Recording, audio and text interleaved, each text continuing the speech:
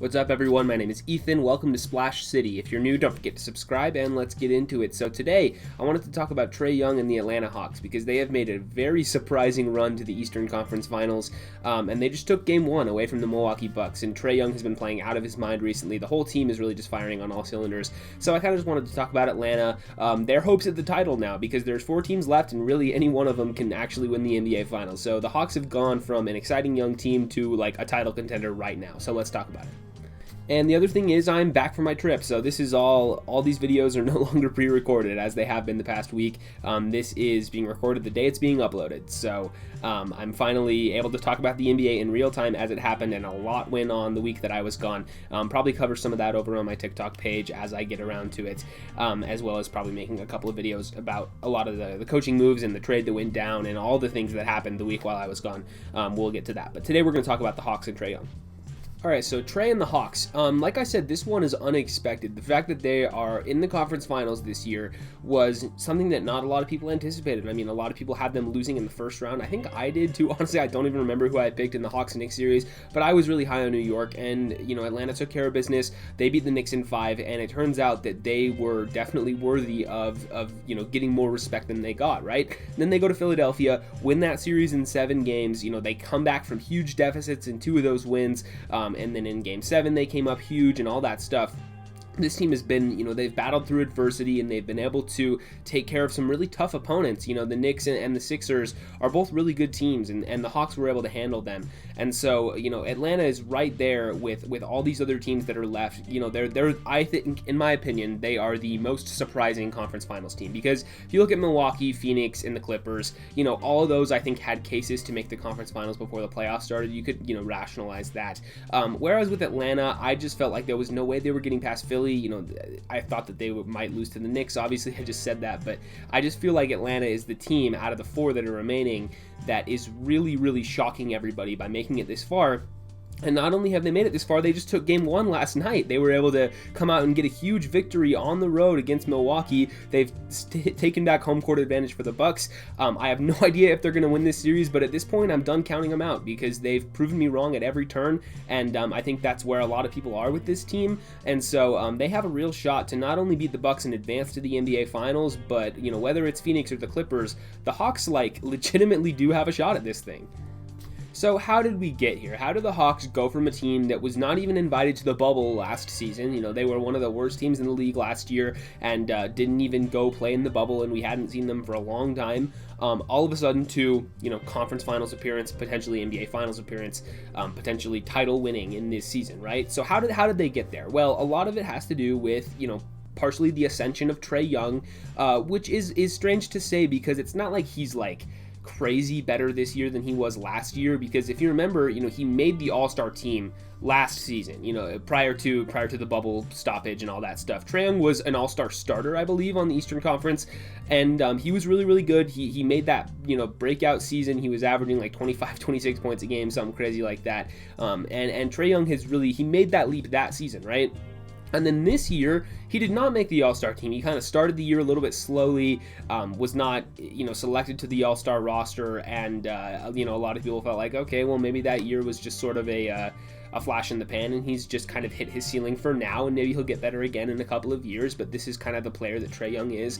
But him not making the All-Star team looks foolish now, because he has been incredible in the playoffs, and just absolutely killing people, man. He's been unstoppable. I mean, he dropped almost 50 points in Game 1 of the conference finals, dude. Like, it's ridiculous. Trae Young has just been, you know, absolutely sensational, and he has improved his game from where it was last year. Even though, you know, last season he got a little bit more respect from the fans and from the media, I think this season he is a more complete basketball player. He's a smarter basketball player, and he looks a lot more comfortable out there on the court, especially in the playoffs. It's not easy, bro. Trae Young's 22 years old. It is not easy to show up and play this well in your first career postseason. So what Trae Young is doing right now has really, you know, garnered a lot of respect for him from myself and from plenty of other fans, and he's well deserving of it. And he is the engine that makes this Hawks team go, and they're here because of him. And, it's obviously not been all Trae Young. He's been a key part of it, but they, made a lot of moves over the offseason in order to add some veterans to make this team a lot more competitive. You trade for a guy like Clint Capella at the deadline last year, and he was injured. He did not play for them after they made that trade. So effectively, he was a new addition to the team this year. Obviously, we know what he can do. Defensive anchor at the center position. He was in consideration for All-NBA teams this year at that center spot, and he's just been really, really good for them. You have that cap space over the offseason. You add a guy like Bogdan Bogdanovic. You add Danilo Gallinari in the offseason. Both of those guys are veterans who know how to play, have been there before, been around the league for a little while, and are able to come in and just contribute right away, whether they're starting or coming off the bench or however the lineup works out. Both of those guys are key contributors for the Hawks this year. And then you also have, role players who are stepping up and getting better, these younger guys that they've drafted over the past couple of years.